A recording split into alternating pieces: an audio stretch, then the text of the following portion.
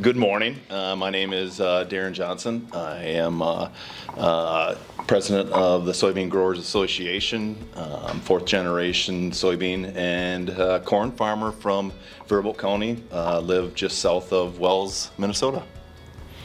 Good morning, I'm Wesley Beck. I'm president of the Minnesota Corn Growers Association.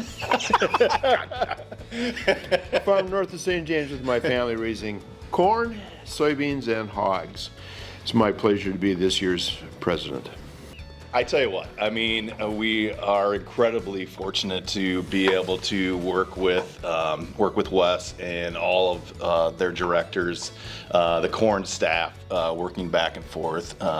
Especially on some policy pieces that we've had here in the past and looking forward. It's so nice to be able to find some middle ground, especially when we are in St. Paul talking to our lawmakers, making sure that there is some consistency between the organizations. And we don't always have to agree on everything, and we don't always agree on everything. But I think the important part of this relationship is that we're able to come to this table and have a conversation about the pieces that we don't always agree on. And that's truly what it's all about, is being able to have that conversation. So it's been a fantastic relationship, and like I said, we're very lucky to be able to work with the Minnesota Corn Growers Group. To be honest with you, I don't know that we disagree about much. I think we work together more than we agree about just about everything. But it's really okay that each organization has a couple of priorities that are for their own growers or for their own organizations. And that we're able to work on those things a little bit separately. But at the end of the day, the majority of the work that we do is together with soybeans, and we're in agreement on those things. Yeah, I think it's fantastic that we are able to collaborate and work together. And like I said, at the end of the day, we're able to sit at the same table and have a conversation about soybeans, about corn, and about what it looks like moving forward. Because like you said, we are both raising corn and soybeans on our farm. So that's it's very important for both of us to make sure that we are aligning correctly. Well, most of the county groups are together, corn and soybeans.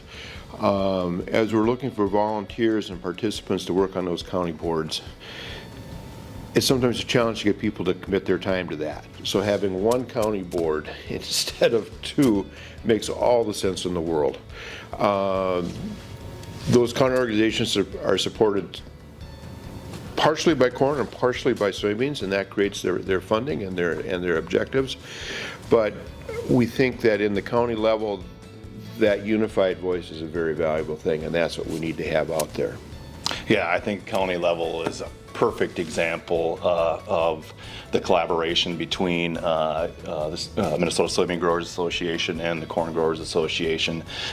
They have been working together for many, many years. There's so many counties that united fronts probably 20 years ago, just because there's getting to be less and less farmers, so that's the important part, is to make sure that we're keeping folks involved, and that's been a big part of it when soybean and corn growers at a county level did join and collaborate and work together. The other one I want to throw out that has been so good over the last couple of years is Ag Expo here in Mankato in January. We of course use that as the format for our annual meetings and our grassroots efforts. We've also got the big trade show that comes with that. And Minnesota Corn, Minnesota Soybeans own that together, and that's been an example of a really good collaboration for our members. Yeah, great point, Wes. We are very lucky to be able to work with you guys with the Ag Expo, and you guys have helped us grow it to where it's at today, and we hope to be able to continue growing that thing. Minnesota Corn and National Corn Growers is working for a long time to get E15 available for consumers around the country year-round, saving them money. Minnesota Soybean Growers has been a great supporter of E15 and Minnesota Corn promoting that initiative. They could not be more behind us. This has been a long policy thing to get done, and it's taken a long time, and it's very political. You've got the oil industry involved, we've got all the tax credits involved that get very, very complicated. And with all those things going on, occasionally there are people with different points of view or different agendas that need to be addressed.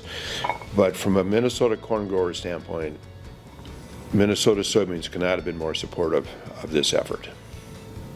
Yeah, and absolutely. E15 for us moving forward. Me putting my farmer hat on, I would never want it any other way than E15 year-round moving forward. It's very important for farmers. It's imperative that we do get that done. And like Wes said, yeah, there's a few things that we probably do need to make sure that align and work for everybody when it comes to the policy portion of it.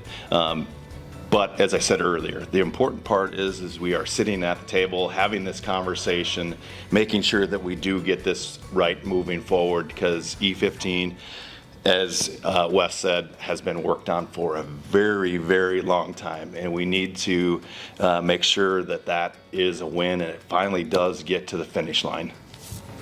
Absolutely. And as I said earlier, most of our members grow soybeans as well. And this is all about grind and utilizing our products, and the truth be told, while there may be a little shift in some usage, a rising tide lifts all ships. Yeah, and ultimately looking at the RFS moving forward, which is the cornerstone for the biofuels industry, all of us want to make sure that that's right and that's protected moving ahead. So one of the things that Minnesota corn and Minnesota soybeans have been working together on is some of the litigation issues that have risen in the state the last couple of years, coming from the environmental side of the aisle, including disposal of treated seed, nitrate litigation in southeastern Minnesota, and the one we're probably the farthest along on is the drainage litigation that will be happening in Faribault County. These are issues that are important to both organizations, and we feel that as we approach these subjects and deal with them, having a unified voice, having more organizations and more voices together gives us a stronger situation to work our way through this. And we are very happy to be partnered with Minnesota Soybeans on these issues. Perfect. Well, Wes, like you said earlier, when it comes to a unified voice, a collaborative effort, whether it's us testifying on behalf of all the farmers in the state of Minnesota on waste-treated seed, or whether we're in St. Paul aligning with some of the same policy pieces of it, or whether there's some litigation that's happening, making sure that we're protecting all the farmers' rights across the state and preventing government overreach. It's very important that we do keep this conversation moving ahead and stay unified, and we're very lucky to have the relationship with you guys that we do.